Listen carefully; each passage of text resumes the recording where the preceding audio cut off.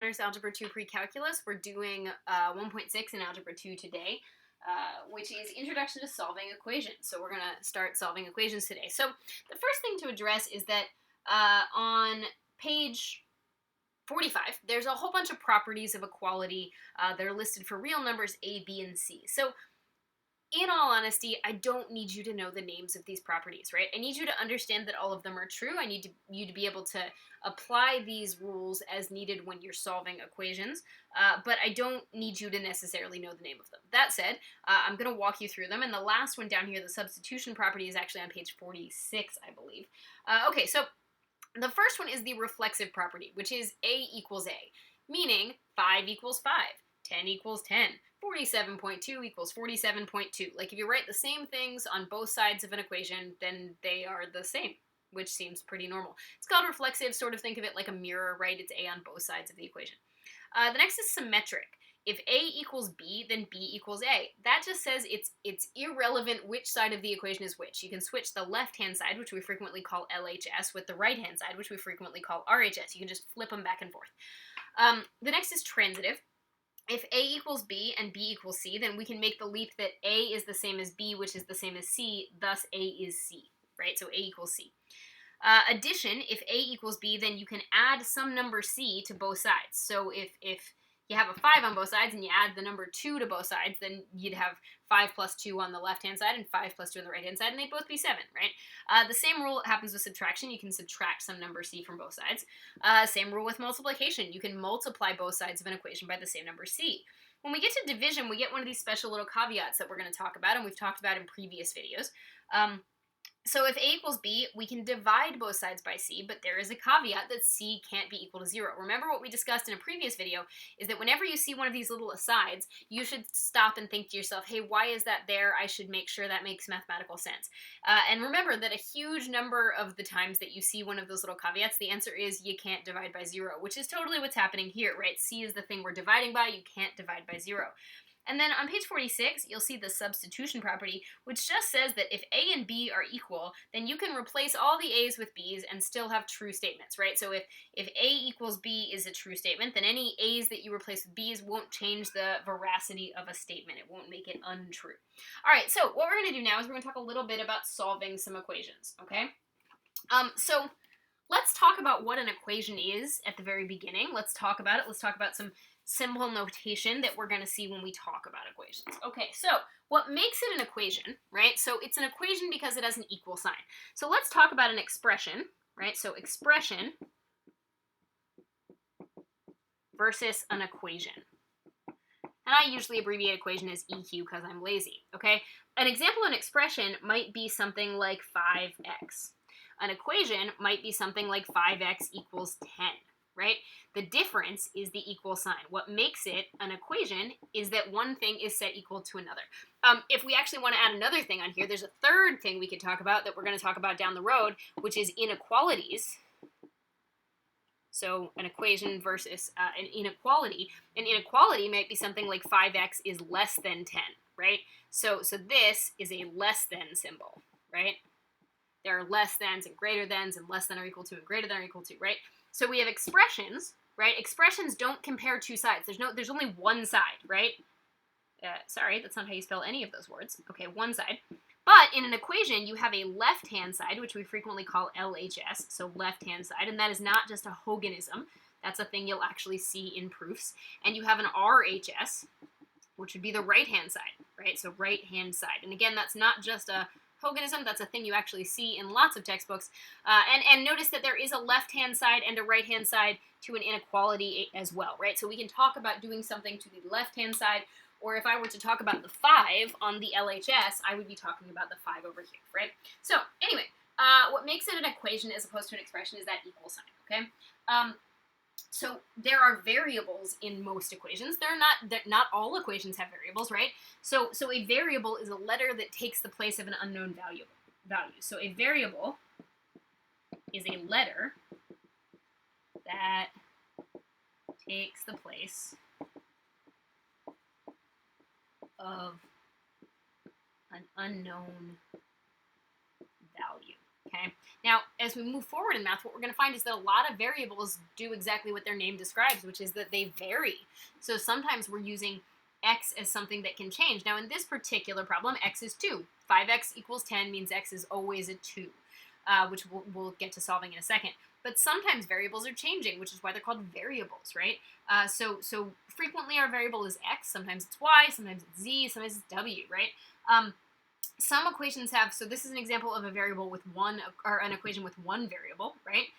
So some equations have multiple variables, right? So here's an example of one variable, right? So we just saw that 5x equals 10, right? But I could have an equation that has two variables. In fact, that actually goes into what we were talking about with linear equations a couple days ago. What if I have y equals 2x plus 7, right? There's two variables, x and y, right? I could have something with three variables, right? I could have something with three variables like y equals 5xw, right? And that could be that kind of joint variation that we talked about the other day, right? So there's a y and an x and a w, right? I could have something with lots of variables, like the ideal gas law, PV equals nRT, right? That's the ideal gas law, in case you were wondering about why I just gave you all those random numbers. That's the ideal gas law from science. So anyway, so point being, you can have lots of different variables. They are variables that stand in place of some numbers, right? Now, the solution to an equation, actually let me get myself a little bit more space here. So the solution to an equation is the value of the variable, or in some cases values of the variable. So a solution to an equation, and as a side note, a mathematically acceptable abbreviation for solution is SOLN, solution. So a solution to an equation is the value or values of the variable that make the equation true, okay? So, for example, if I gave you 5x plus 2y equals, let's say, 9, right? And I said, is x equals 2, y equals 3 a solution? Well, I could check and see if when I plug in 2 for x and 3 for y, I get a true statement. Well, if I plug in 2 for x, that's 5 times 2, plus 3 for y would be 2 times 3. And the question is, does that equal 9? Well, this would be 10 plus 6 equals 9, and that's a big fat no, right? 16 does not equal 9, so it is not a solution. But if I were to ask you, is, let's say, x equals 1 and y equals 2 a solution, right? If I asked you if that was a solution to this exact equation, well, that would be 5 times 1 plus 2 times 2 equals 9. 5 plus 4 equals 9. Yep, 9 equals 9. Yes, right? So that's an example of a solution to that equation. So sometimes solutions have sometimes equations have multiple solutions. Sometimes they only have one solution. Sometimes the answer is they have no solution, which is totally frustrating, but that's a thing that can happen. So what we're going to learn to do in this particular section is we're not going to focus on solving these systems with two variables. We're going to focus, we will a little bit later in this section, but we're going to start with solving systems that only have one variable. Not systems, rather, equations. Sorry, it's been a long day. All right, so let's talk about how we solve equations with one variable. So most of us are probably familiar with order of operations, right? Please excuse my dear Aunt Sally, or PEMDAS, right?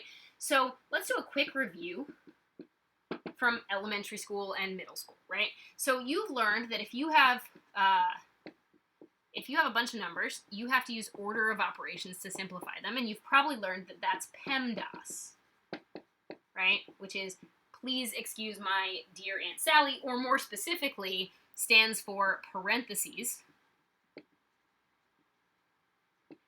exponentials, or exponents, multiplication,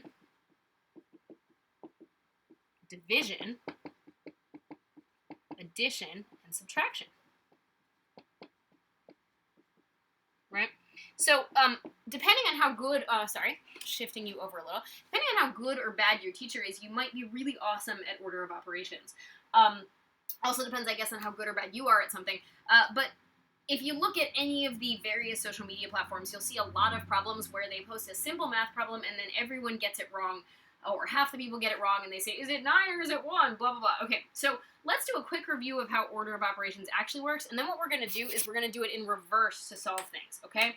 So we're going to review order of operations first, because being able to do this well has a very direct impact on being able to do the opposite of this well, which is working backwards. So when we talk about order of operations, it's actually 4 levels.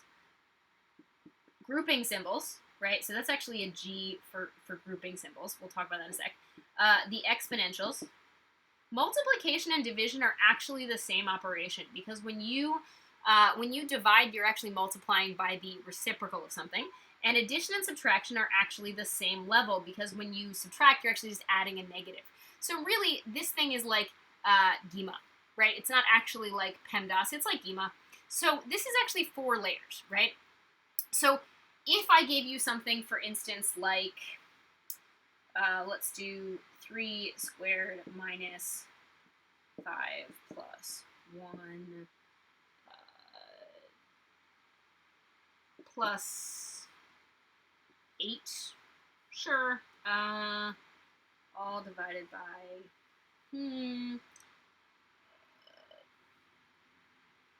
let's see, well, that's not ideal.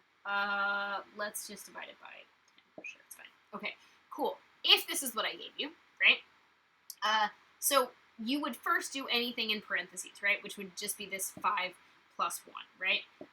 So you'd get a 3 squared minus 6 plus 8, right?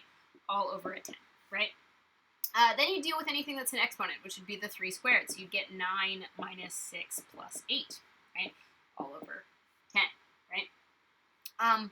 So all fine so far, right? One thing to keep in mind is that this is an implied set of parentheses. This long division bar is an implied set of parentheses. You have to do everything on the top first, right?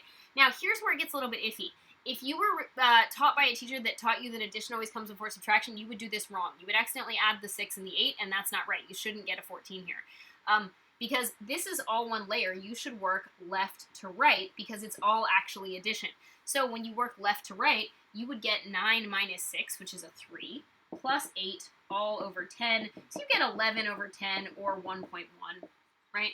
And again, I just made this example up on the fly, but just to show you that essentially when you're within this layer, like if you have multiplication and division together, you do left to right. If you have addition and subtraction together, you go left to right, because they're actually the same layer. Okay, so that's what PEMDAS looks like, right? So let's now talk about how we solve things, right? So if we want to solve something, right? If we want to solve something, we're essentially undoing order of operations. So when we solve, right,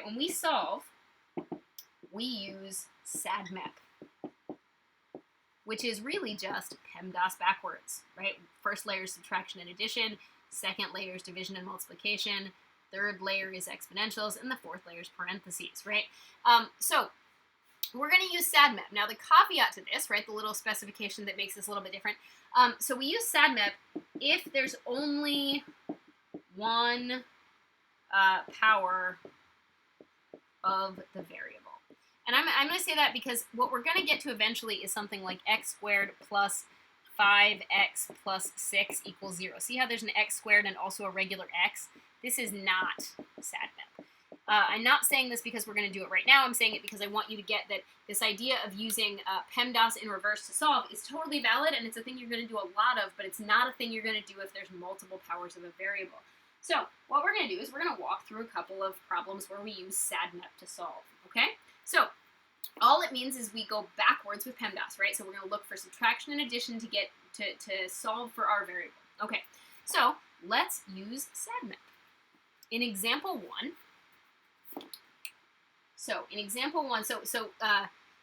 the directions for all of these examples are going to be to solve for x, because I'm lazy and I don't feel like writing the instructions over and over again, so I'm just going to pick x every time.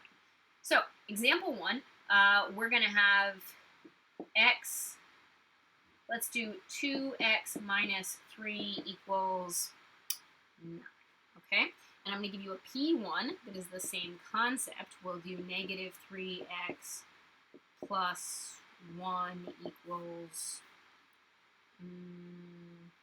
let's do 10, okay?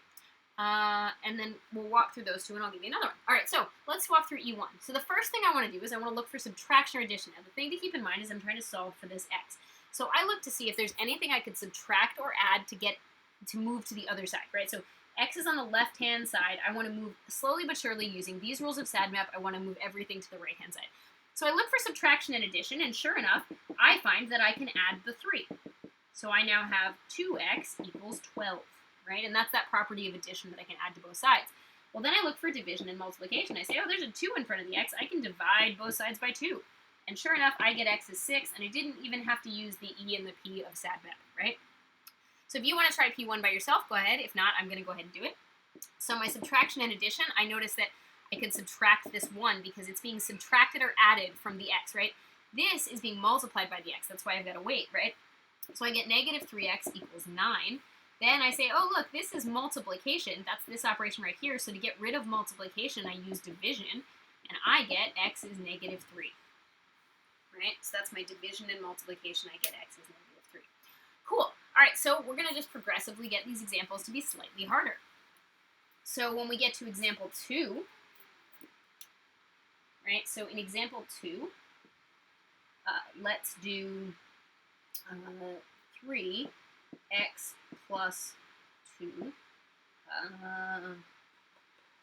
minus 1 equals 20.